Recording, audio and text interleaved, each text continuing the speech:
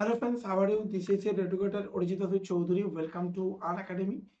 তো আজ এখানে আলোচনা করব topic 40 questions on Indian economy. তো এই যে ইকোনমিক যে ক্লাসটা নিচ্ছি এক্সামের জন্য কিন্তু খুব গুরুত্বপূর্ণ। তো এই অর্থনীতি ক্লাসটা কিন্তু একদিনও মিস করা যাবে না। প্রতিদিন তোমরা এটাকে এই ক্লাসগুলো করবে। আর আবার কালকে জিকে আছে দুপুর 3টে। তো সোম থেকে শনি প্রতিদিন রাত 9টা থেকে 10টা ফ্রি স্পেশাল ক্লাস থাকে এবং বুধবার করে যেমন আজকে ওয়েডনেসডে, আজকে 1টা থেকে 2টো এবং রাত 9টা থেকে 10টা দুটো স্পেশাল ক্লাস আমি নিই। আচ্ছা, আর তোমরা তোমাদের জানো আনএকাডেমি একটা অফারও যাচ্ছে। যারা আনএকাডেমি, আচ্ছা তোমাদের first of all happy Republic day, প্রজাতন্ত্র দিবস, তাই না?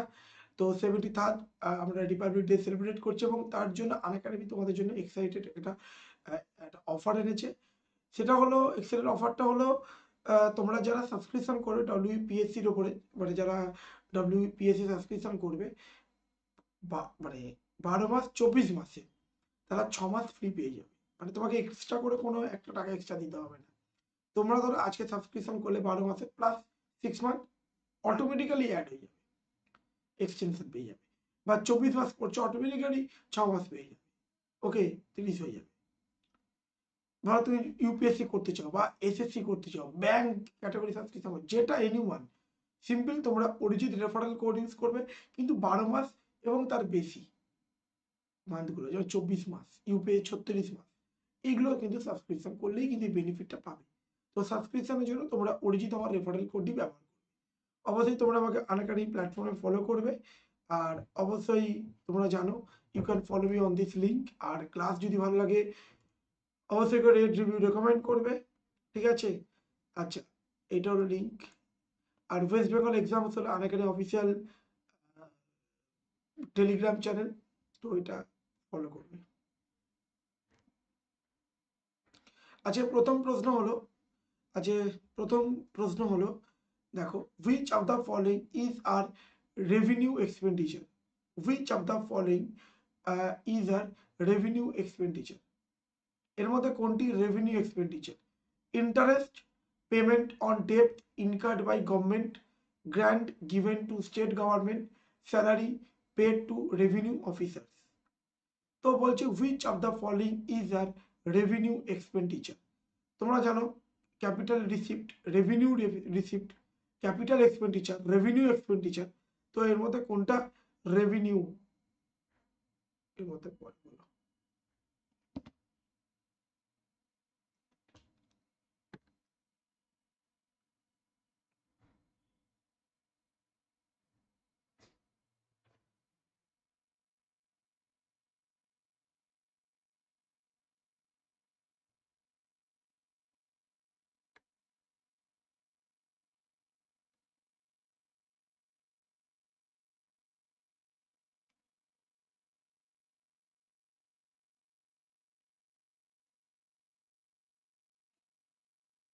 উত্তর কি হবে? which of the following is our revenue expenditure? তো উত্তর কি হবে? উত্তর হবে 2 1 2 3, 1 2 and 3।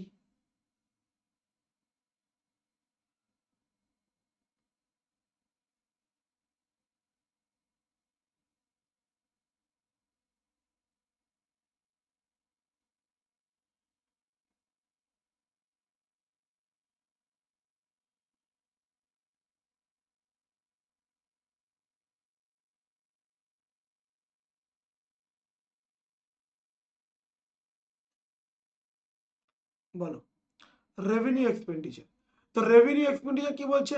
Interest payment on debt incurred by government, grant state গভর্নমেন্টকে যে খরচাকার্চি দেয়, স্যালারি পেমেন্ট। তো এগুলো কিন্তু revenue office, to the revenue officer. তো অল আর সরকারকে যে রেভিনিউ এটা দিতেই হবে, এই যে আমাদের রেভিনিউ সরকারি। তো ক্যাপিটাল এক্সপেন্ডিচার কোনগুলো? ধর রোড বানাচ্ছে, ব্রিজ বানাচ্ছে, এগুলো ক্যাপিটাল এক্সপেন্ডিচারের মধ্যে পড়ে, এটা রেভিনিউ এক্সপেন্ডিচারের মধ্যে। তো revenue expenditure is incurred for purpose other than the creation of physical or in financial asset of central government. It relates to those expenditure incurred for the normal function of the government, গভর্নমেন্টের আয় দিনকার খরচা, and various service interest payment debt incurred by the government. Okay, and grant given to state government and other parties. তো এগুলো কিন্তু এটা কিন্তু macro economy, আগের দিন ম্যাক্রো ইকোনমি থেকে আমি শুরু করেছিলাম। পরের প্রশ্ন, with reference to the government financing net borrowing at home include.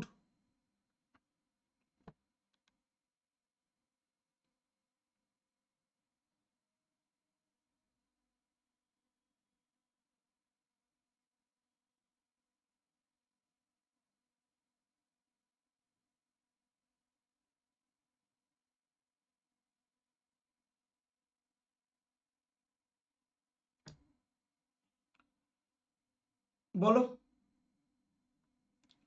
with reference to the government financing the net borrowing at home include, with reference to government the net borrowing at home include small saving schemes, statutory SLR, money received through the disinvestment PSU, money receive করছে সরকার PSU গুলো ডিসইনভেস্ট করে। তো উত্তর কি হবে? উত্তর কিন্তু হবে 1 and 2। তো net borrowing at home include, net borrowing at home include, good afternoon, that directly borrowed from the public through debt instruments। For example সরকার এই বিভিন্ন আমরা যে ভেরিয়াস স্মল সেভিং স্কিম গুলো করি, and indirect from commercial bank through statutory liquidity ratio. The gross fiscal deficit is a key variable in judging the financial health of the public sector and stable the economy। ঠিক আছে, তো এইগুলো কিন্তু খুব গুরুত্বপূর্ণ। আর disinvestment এটা তো চলো, এটা তো হয়ে গেল small saving scheme, statutory liquid ratio. ঠিক আছে, স্ট্যাটুটরি লিকুইড রেশিও তুমি জানো, সিআরআর ক্যাশ রিজার্ভ। সরকার দেখো কমার্শিয়াল ব্যাংকগুলোকে কি করতে হয়, আরবিআইয়ের কাছে কিছু মানে ধরো ক্যাশ লিকুইড মানি, মানে এখানে সরকারি সিকিউরিটি দলিল টলিল এগুলো বন্ড টন্ড এগুলো রাখতে হয়। ঠিক আছে, তো এগুলো বলে স্ট্যাটুটরি লিকুইডিটি রেশিও। ঠিক আছে, এগুলো কিন্তু পরীক্ষার জন্য ইম্পর্টেন্ট।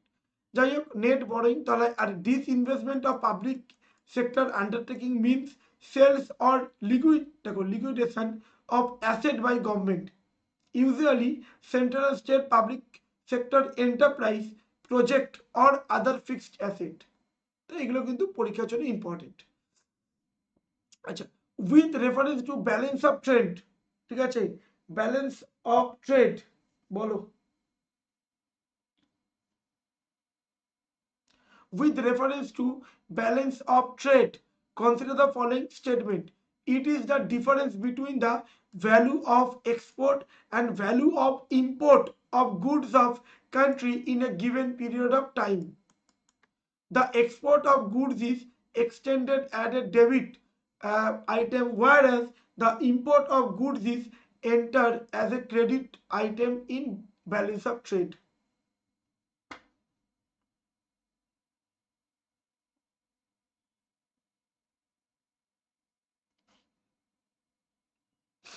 বলো, গুড আফটারনুন।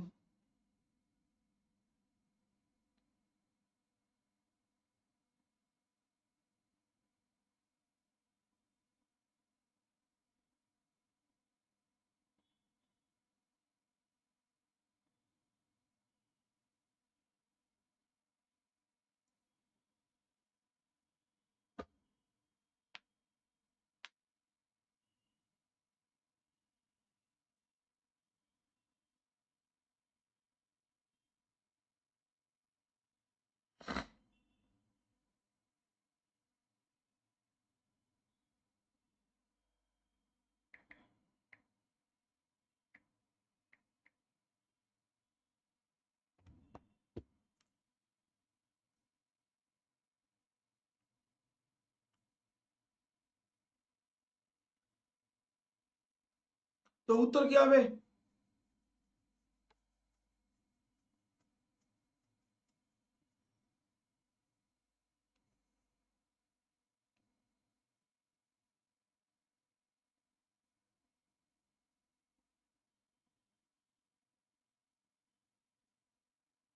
উত্তর হবে কিন্তু all of this. Balance of trade deficit যেন হয়, তো এটা খুব গুরুত্বপূর্ণ। তো যাই হোক, অবশ্যই করে তোমাদেরকে এবার যে কথাটা বলি, তোমরা জানো আনএকাডেমি একটা অফার তোমাদের সামনে অর্গানাইজ করেছে। অফারটা তোমরা জানো, যারা আনএকাডেমি সাবস্ক্রিপশন করোনি তো সাবস্ক্রিপশন করে নাও, কারণ 25 থেকে 27 এর মধ্যে যারা সাবস্ক্রিপশন করবে, যারা আমার রেফারেল কোড অরিজিৎ ইউজ করবে, এবং তোমরা 10% ডিসকাউন্ট প্লাস তোমরা 6 মাস ফ্রি এক্সটেনশন পেয়ে যাবে, ঠিক আছে। আর আনএকাডেমি তোমরা জানো রিপাবলিক ডে ম্যারাথন চলছে, তো অবশ্যই তোমরা অ্যাপ ডাউনলোড করো এবং স্পেশাল ক্লাসগুলো প্রপারলি করো টাইম টু টাইম। এছাড়া তোমাদের সামনে দেখো 30 তারিখে তোমাদের জানুয়ারি মাস সকাল 10টায় র্যাঙ্ক 1 2 3 4 টু 15 16 টু 30, তোমরা দেখো এগুলো সাবস্ক্রিপশন একটা কিছু স্কলারশিপ এনেছে। তো 1 2 3 4 টু 15 16 টু 30 এর মধ্যে যেটা যেটা করবে তোমরা কিন্তু 10% পাবে, ঠিক আছে। তো এগুলো 10% বলছি, তোমরা কিন্তু জয়েন করতে পারো। আর তোমরা যারা ডেইলি টেস্ট আছে বাই আওয়ার টপ এডুকেটার্স, দেখতেই পাচ্ছ র্যাঙ্ক 1 2 এবং 3 যারা জয়েন করবে প্রতিটা র্যাঙ্ক অনুসারে তোমরা কিন্তু পুরস্কার পাবে, অ্যামাজন ভাউচার, ঠিক আছে। এই ভাউচারগুলো তোমরা কিন্তু নিতে পারো 100 200 300। এছাড়া বুস্ট 27 এবং 28, তোমরা জানো 27 এবং 28 হোয়াটস ইন দ্য নিউজ, তো এখানে 7 PM থার্সডে এবং সি স্যাট টেস্ট সিরিজ এখন 3টে 4টে 5 এবং 4টে 28 তারিখ, তো এগুলো কিন্তু জয়েন করবে। আর আপকামিং আগমন বলে একটি ফাউন্ডেশন কোর্স শুরু হচ্ছে for WBCS prelims and men's, তো 26 তারিখ, ঠিক আছে। তো 29 তারিখে টেস্ট আছে। এছাড়া তোমাদের এটা এই ফাউন্ডেশনগুলো তোমরা জয়েন করে নেবে। এছাড়া তোমাদের complete batch on WBPSC mains, তো তোমরা এটা 4 মাসের কোর্স অবশ্যই জয়েন করবে। দেখো যারা এসআই প্রিলি হয়ে গেছে, মেন্সের রেজাল্ট আউট হবে এবার কিন্তু। দেখো WBCS মেনে কিন্তু দেখো GK, English, math, reasoning, current affairs আর বেঙ্গলি 26 তারিখ তোমাদের কিন্তু মানে পরীক্ষা, এই নতুন কোর্স স্টার্ট হয়, 4 মাসের কোর্স, ঠিক আছে। এছাড়া তোমাদের সামনে 27 29 30 এবং 31 এগুলো কিন্তু সমস্ত তোমাদের জন্য উইকলি মক টেস্ট আছে, এগুলো কিন্তু প্লাস লার্নার্সদের জন্য, এগুলো জয়েনও করে নিতে পারো, এগুলো জয়েন করবে প্লাস জয়েন করার পরে। এছাড়া তোমাদের দিস স্যাটারডে সকাল 10টায় টেস্ট এবং রাত্রি 11টায় অ্যানালিসিস আছে 29 তারিখ। আজকে প্লাস ক্লাস আছে, জয়েন করবে। স্পেশাল ক্লাস দেখো আজকে রাত 9টা স্পেশাল ক্লাস আছে, এবং কালকের আবার জিকে আছে, জিকে জিএস স্ট্যাটিক কোয়েশ্চেন, তো 27/1/2022 রাত 9টায়। তো তোমরা যেটাই সাবস্ক্রিপশন করো না কেন এই মুহূর্তে বলবো 12 এবং 24 করো। 12 এবং 24 করলে বেনিফিটটা কি পাবে, 12 এবং 24 করলে বেনিফিটটা এটাই হবে, তুমি 6 মাস পেয়ে যাচ্ছ। তো সাবস্ক্রিপশনের জন্য অরিজিৎ কোড ইউজ করো।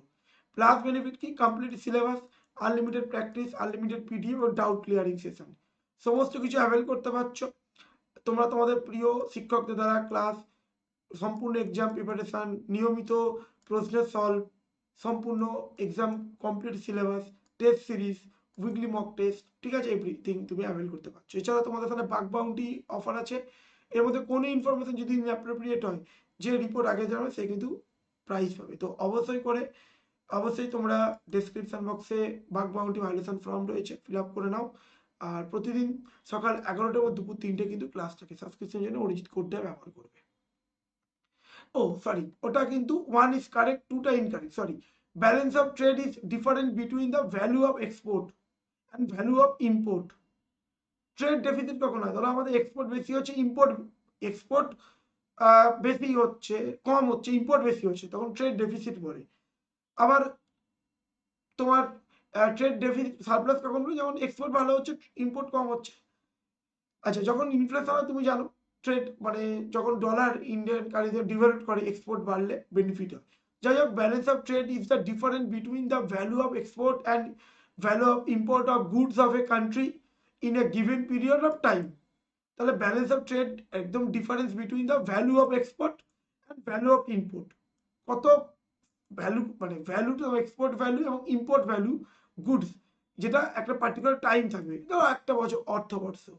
Balance of trade is said to be balanced when export balance of তাহলে কি বলছে, balance of trade said to be balanced when export of goods are equal। তাহলে কি বলে, যখন ব্যালেন্স কখন হয়, যখন এক্সপোর্ট অফ গুডস, এক্সপোর্ট করছো কোনো কিছু মাল দেশের বাইরে পাঠাচ্ছ, equal to the import of goods, এক্ষুনি আর তোমাদের কি বললাম সারপ্লাস, তাহলে এইটা কিন্তু দেখো দুটো কিন্তু আলাদা। ধরো এক্সপোর্ট বেশি হতে পারে, কম হতে পারে, ইম্পোর্ট বেশি হতে কম হতে পারে। যখন দুটো এখন এক্সপোর্ট সমান সমান তখন কি হবে, ব্যালেন্স।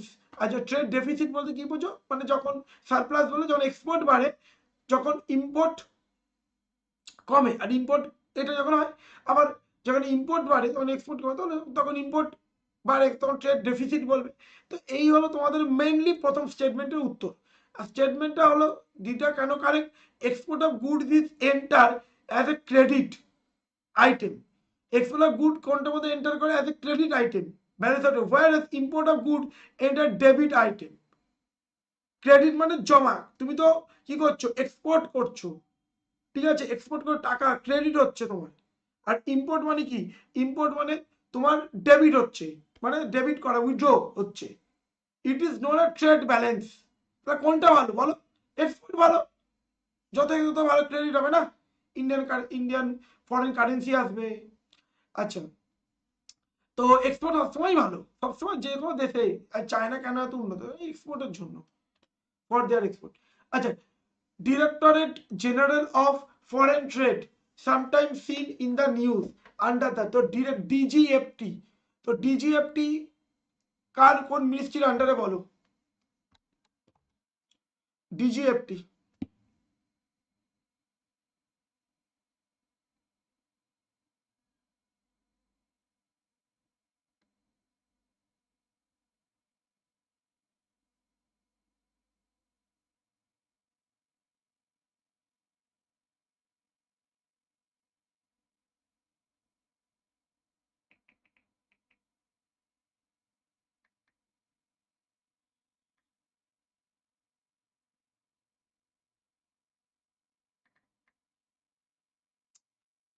তো Directorate General of Foreign Trade, sometimes seen in the news, is under which ministry?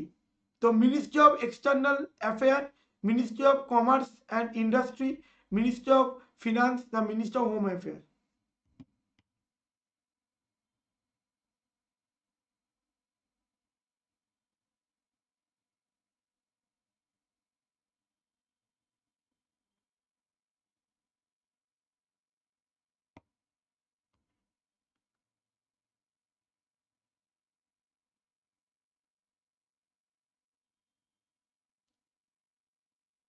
তো Directorate General of Foreign Trade, sometimes seen in the news, তো under which, তো উত্তর আমি কিন্তু ministry of commerce and industry, ঠিক আছে।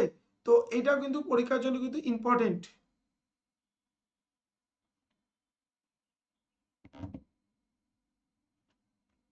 তো Directorate General of Foreign Trade, DGFT organization is an attached office of Ministry of Commerce and Industry and is headed by Director General of Foreign Trade. So DGFT is responsible for implementation the foreign trade policy with the main objective of promoting India's export. বুঝতে পারছো?